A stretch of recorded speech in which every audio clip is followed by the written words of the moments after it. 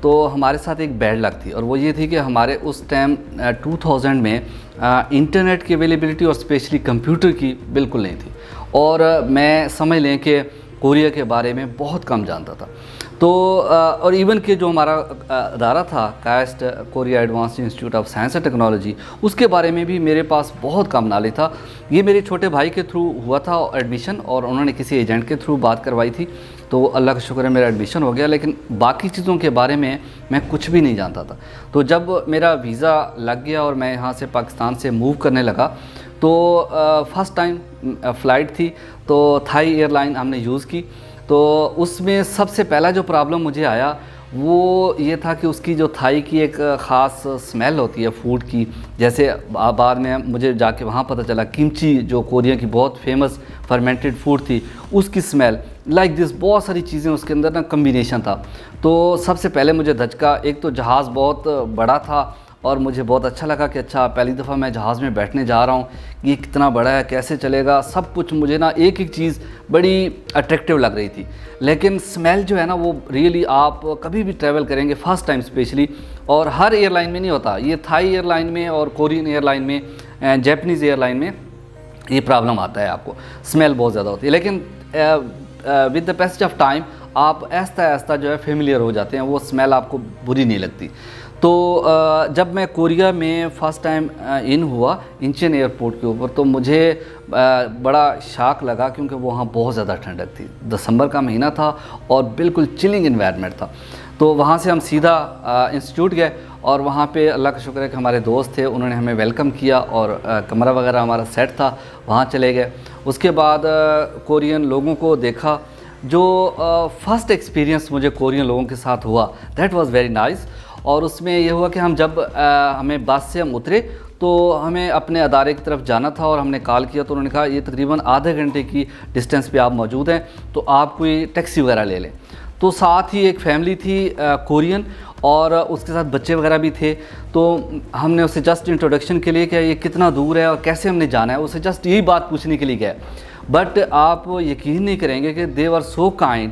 انہوں نے ہمیں کہا کہ آپ ٹیکسی وغیرہ کے چکروں میں نہ پڑیں، آپ ہماری گاڑی میں بیٹھیں. ہم دو دوست تھے، ہم نے اپنے بیگ ان کی گاڑی میں ڈالے، جگہ بھی کم تھی، لیکن وہ ہمیں لے کے سیدھا ہمارا کائسٹ کے گیٹ پہ لے، اور وہاں پہ ہمارے دوست موجود تھے، انہوں نے ہمیں ویلکم کیا، اور ہم نے ان کا شکریہ ادا کیا، اور وہ چلے گئے. تو یہ فرسٹ امپریشن جو ان لوگوں کا تھا میرے لیے بہت ہی زبردست قسم کا تھا، اور میں نے سمجھ لیا کہ یہ لوگ ریئلی بہت اچھے ہیں.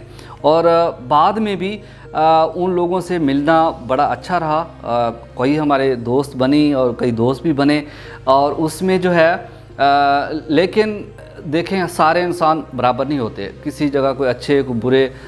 کچھ لوگوں کا ایکسپیرینس بہت برا رہا، لیکن میرا تھرو آؤٹ ایکسپیرینس جو ہے لوگوں کے ساتھ اچھا رہا. شاید میں نے ایک چیز سیکھی ہوئی ہے کہ آپ لوگوں کو جو ہے زیادہ ایکسپیکٹیشن نہ رکھیں، آپ پھر کامیاب ہوتے ہیں.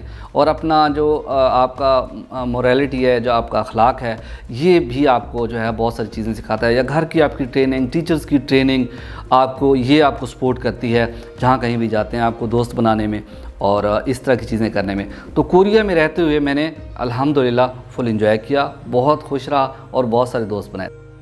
تو کورین کھانے جو ہیں وہ ہر آدمی سٹارٹ میں نہیں کھا سکتا، بالکل اس میں جو ہے کوئی دوسری رائے نہیں ہے. بہت مشکل سے آپ کھانا سٹارٹ کریں گے.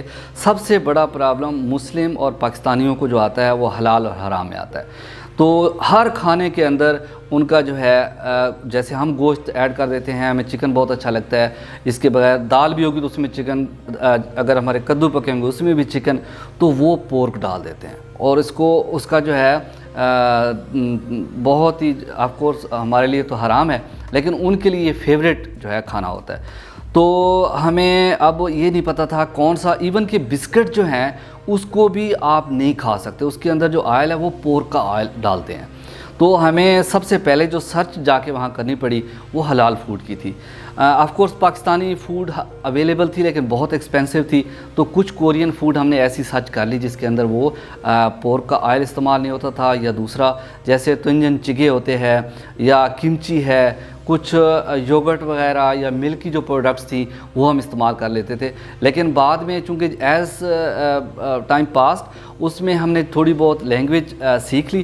پھر ہم ان کو بتاتے تھے کہ پیزا بھی اگر کھانا ہے تو اس میں کہتے تھے کہ اس میں سے جو ہے شارٹننگ اس کو بولتے ہیں، جو پور کا گوشت ہے، تو شارٹننگ جو ہے اپسویو اس طرح کی بات کرتے تھے کہ یہ نہ ہو تو وہ اس کے بغیر بنا دیتے تھے۔ تو اس کے بعد ہمیں ہماری لائف تھوڑی سی ایزی ہو گئی اور پھر ہم پاکستانی کھانے بھی اپنے خود بنانے شروع ہو گئے، تو آہستہ آہستہ پھر ہمیں مزہ آنے لگا۔ تو جو کورین کھانے آپ لوگوں کو ٹرائی کرنے چاہیے وہ تو بہت سارے ہیں۔ ایک اس میں کمپپ ہے، وہ رائس کو آپ نا ایک سی فوڈ کی طرح ہوتی ہے، سی ویٹ، اس کے اندر اس کو ریپ کر کے دیتے ہیں اور بہت اچھے اس کے اندر ایگز اور شریمپ اور یہ ساری چیزیں مکس ہوتی ہیں، کمپپ۔ اس کے بعد ایک آتا ہے تنجن چگے، یہ اس کا ٹیسٹ بھی اچھا آتا ہے، اس میں پوٹیٹو بھی ڈال دیتے ہیں اور تھوڑی سی کمچی بھی ڈال دیتے ہیں، اور کمچی اٹ سیلف جو ہے یہ ایک علیحدہ ان کی فوڈ ہے، جیسے ہمارا سیلڈ ہوتا ہے وہ اس طرح کی چیز کو، اور اس کا ٹیسٹ یہ فرمنٹڈ ہوتی ہے، کیبیج جس کو بولتے ہیں، فرمنٹڈ کیبیج، اور اس کے اندر بے تحاشا مائکروب پائے جاتے ہیں۔ یہ تقریباً 3-4 مہینے کی فرمنٹڈ فوڈ ہوتی ہے۔ اور اس کے ساتھ ساتھ جب بھی آپ کورین فوڈ کھائیں گے، مین ڈش کے ساتھ جو اس کی سائڈ ڈشیں ہیں، ہم تو 1-2 ڈش لگا دیتے ہیں، لیکن ان کی کم از کم 10 سے 12 سائڈ ڈشز ہوتی ہیں، چھوٹے چھوٹے پیکٹس لے کے یا چھوٹے چھوٹے پیالے یا کپ میں آپ کو چھوٹی چھوٹی چیزیں بنی ہوئی ہوں گی، جس میں جیسے فار ایگزامپل بوائلڈ جو ہے پیاز ہے یا تھوم ہے بوائلڈ، اس طرح کی چھوٹی چھوٹی چیزیں آئٹم بنا کے وہ تقریباً 10-12 ہو جاتی ہیں، اور وہ سب آپ کو فری اویلیبل ہوتی ہیں وہاں پہ۔ تو یہ مین ڈش کے ساتھ جو ہے سائڈ ڈش مل جاتی ہے، تو یہ بڑا اچھا ہے۔ اور اس کے ساتھ ساتھ جو کورین کی جو مجھے اچھی چیز لگی وہ ہے فلور سیٹنگ، یعنی آپ بڑے ٹیبلز کے اوپر بیٹھ کے کھانا نہیں کھاتے، فلور سیٹنگ کے اوپر بیٹھ کے باربیکیو کرنا ہے تو اس کا الگ سٹائل ہے، آپ کے آگے ان کا پورا ایک باربیکیو سیٹ آ جاتا ہے، آپ آزاد ہوتے ہیں کہ آپ اپنی مرضی سے چیزیں ایڈ کرتے جائیں اور اس کو باربیکیو کرتے جائیں، اور ویسے بھی فلور کے اوپر آپ کو ساری چیزیں اویلیبل ہو جاتی ہیں، وہاں بیٹھ کے آپ جس کو ہم